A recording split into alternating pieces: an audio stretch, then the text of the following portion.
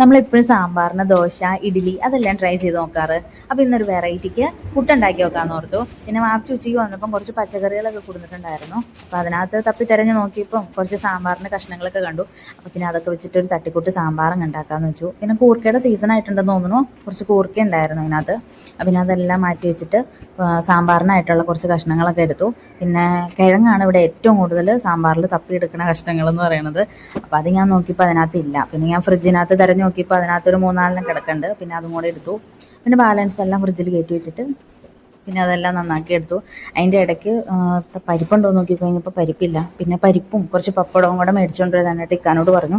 പിന്നെ പുള്ളി അത് പെട്ടെന്ന് കൊണ്ട് തന്നിട്ട് പോയിട്ടോ. പിന്നെ ഞാൻ അതിൻ്റെ ഇടയ്ക്ക് എല്ലാം നന്നാക്കി വൃത്തിയാക്കി അരിഞ്ഞെടുത്തു. ചായക്കിടയ്ക്ക് രാത്രി ഞാനെല്ലാം നന്നാക്കി വെക്കുകയാണ് ചെയ്യാറ്. രാവിലെ എല്ലാത്തിനും കൂടെ സമയം കിട്ടില്ലല്ലോ. പിന്നെ അരിയാനും പറക്കാനൊക്കെ ഉള്ളത് രാത്രി തന്നെ നന്നാക്കി വെക്കും. രാവിലെ എഴുന്നേറ്റിട്ട് നമുക്ക് എല്ലാ അടുപ്പത്തേക്ക് ഇട്ടാൽ മതിയല്ലോ, അപ്പോൾ എളുപ്പമല്ലേ. അപ്പോൾ അങ്ങനെ ഉണ്ടാക്കി വെക്കും. പിന്നെ പരിപ്പ് ഇടുന്നത് ഞാൻ വെള്ളത്തിലിട്ട് വെച്ചു.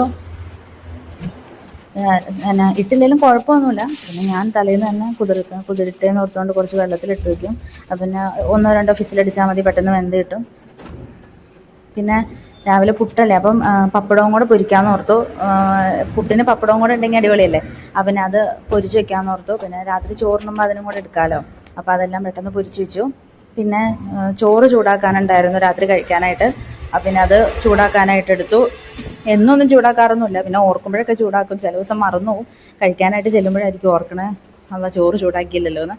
അപ്പോൾ ഓർക്കണ ദിവസങ്ങളിലൊക്കെ ചോറ് ചൂടാക്കി വയ്ക്കും. പിന്നെ നമ്മുടെ ഈ പുട്ട്, സാമ്പാർ, പപ്പടം ഈ കോമ്പിനേഷൻ ഇതാണെങ്കിൽ നിങ്ങൾ കമൻറ്റ് ചെയ്യണം കേട്ടോ. പിന്നെ നിങ്ങളും ഇങ്ങനെ രാത്രി പണികളൊക്കെ എളുപ്പമാക്കാൻ വേണ്ടിയിട്ട് എല്ലാം ചെയ്തു വയ്ക്കുന്നവരാണെങ്കിൽ കമൻറ്റ് ചെയ്യണേ.